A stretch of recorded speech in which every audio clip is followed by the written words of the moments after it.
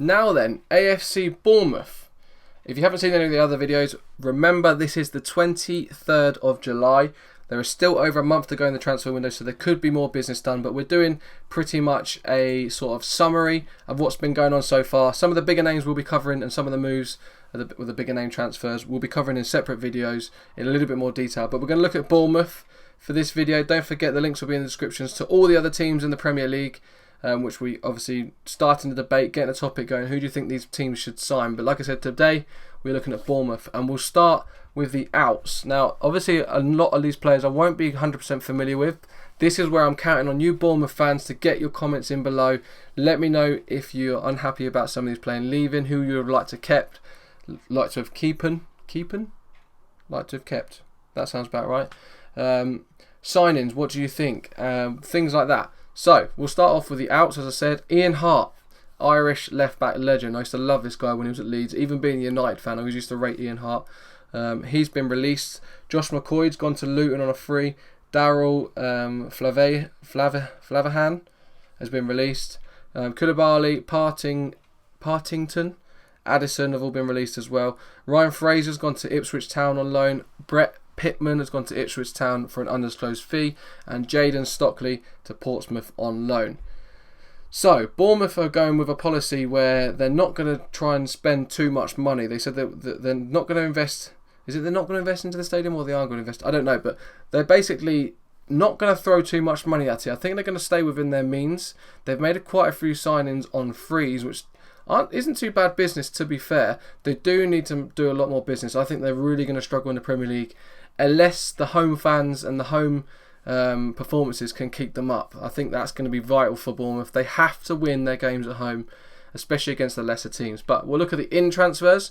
Tyrone Mings, the English left back from Ipswich Town, he signed for a hefty £8 million. It's actually the only money that they've spent.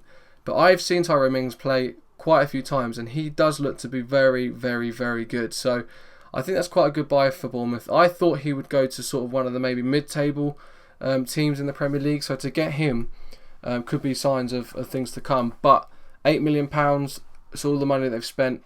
We'll have to see how they do. Sylvain Distin, he's joined from Everton on a free. That's great business. He's a real leader. He's got tons of attributes that are good for him, good about him for a centre-back. He's big, he's strong, he's good in the air, he's good on the tackle. He can be a real good leader. He's obviously probably led the back line along with Jagielka really, really well together. Hopefully they can build a partnership at centre-back. And they have Adam Federici. He's coming from Reading on a free. Again, not too bad business. I'd imagine it be between him and Artur Buric. I'd imagine that Buric will be the number one choice, but the rotation is going to be huge for them.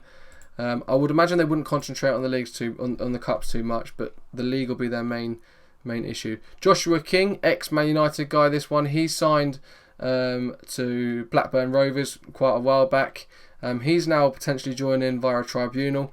So yeah, again, striker, looks to be quite good. I've seen him obviously play for United in the youth teams and stuff. So is that good business? Let me know what you think. Christian Atsu, this guy, there was loads of potential about him. He joined Chelsea and there was big things coming out of all different areas. He's good on FIFA, he's good on Football Manager, he's quick, he's skillful. He done really well in the World Cup. So he kind of shone.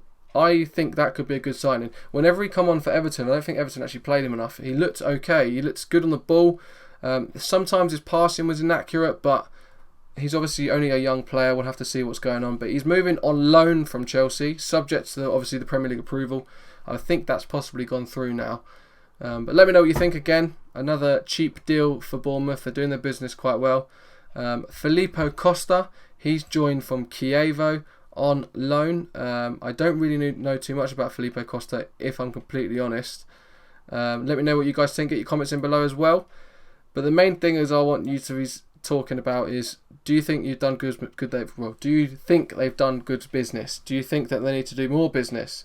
Who are they looking at? Let me know what you think. Get your comments in below. Let's start a debate. Do you think Bournemouth can stay up? That's the main question. And if you do, how are they going to do it? But that's all we're going to cover for Bournemouth today. We're going to move on to some of the other teams. Don't forget to check out the videos for the other teams. Links will be in the description.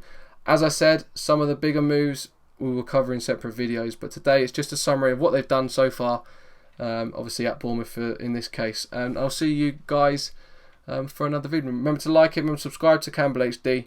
There's lots more football content coming, and then also loads of other content as well. But thank you very, very much, and I'll see you guys soon.